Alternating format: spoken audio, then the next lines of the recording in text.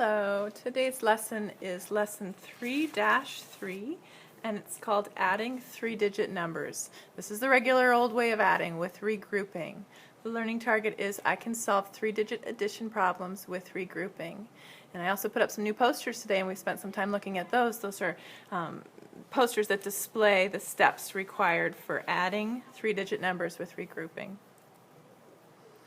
Okay, so what we did was try a few practice problems. Before we solved a problem like this, we estimated the sum. So students rounded each addend, that is 276 and 248, to the nearest hundred before they solved.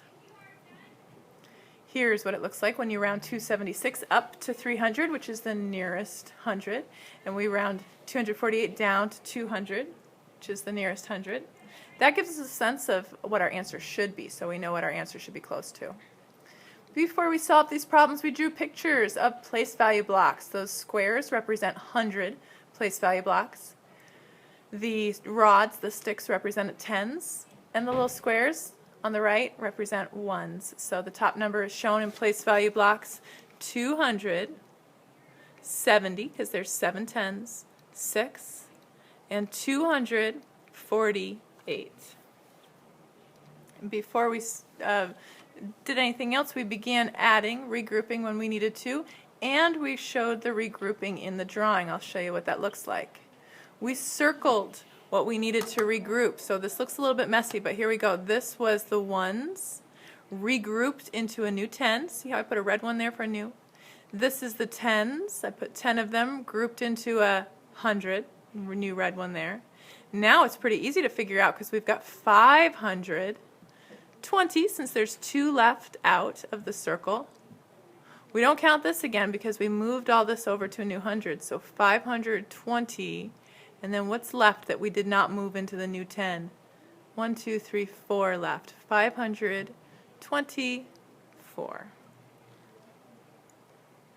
There it is with the regrouping done in pencil and paper method on the left. Then we looked again at our estimate. Is 524 close to 500? Yes, it is. So this answer checks. It is a reasonable answer. Here's another one. Same thing. Do the estimating, draw the pictures, and then add. Pause the video if you need to. There it is with the estimate. There it is with the place value blocks drawn out. Here I've done some regrouping of the place value blocks. And here we are with the correct answer shown next to the estimate.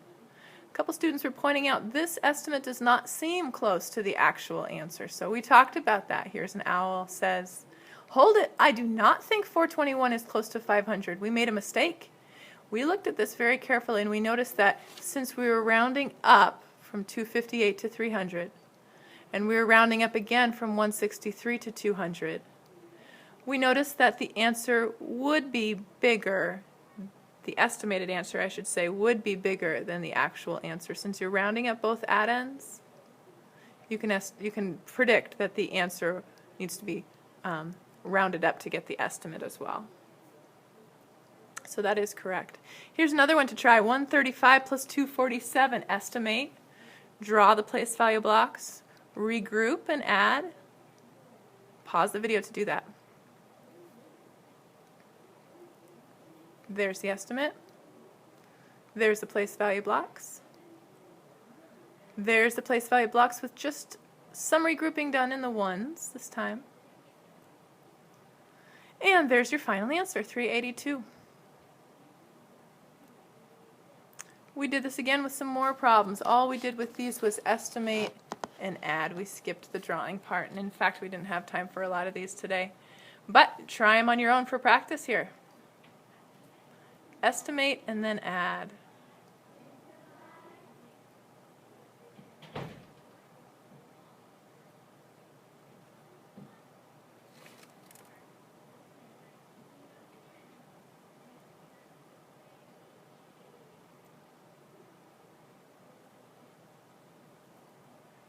Okay, here's a different kind of problem. So what we did with this problem was we were using the table, green table over here, And we went through the same kind of problem, but this is a word problem using this data here on the page. First, part A, write a number sentence to find how many labels the first and second grades collected in all. Over here we're only looking at the numbers for grade 1 and grade 2, first and second grades.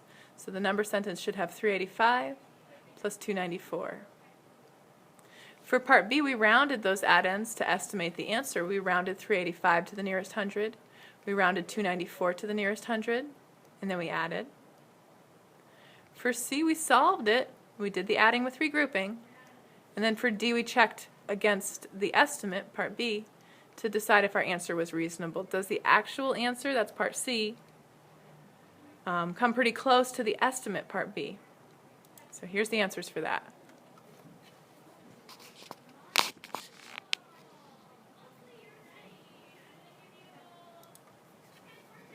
All right, we did a few more problems. I put them out on my PowerPoint, but we didn't really have time to do them. Without finding an exact sum, how do you know that grades 2 and 3 together collected more labels than grades 4? If I was to round grades 2 and 3, I'd get 300 here, 500 here. I know that's about 800.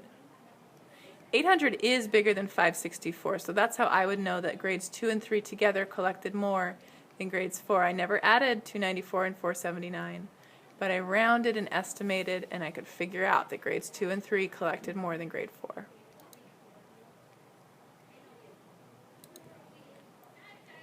Okay, there's a problem like this. A lot of times people have a hard time with a problem like this. What they're asking you is, the tallest roller coaster in the world is called Kingda Ka.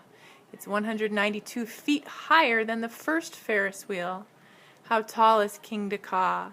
In order to answer this question, you have to look carefully over here at this part of the book where it tells you the first Ferris wheel was built in 1893 by George Ferris.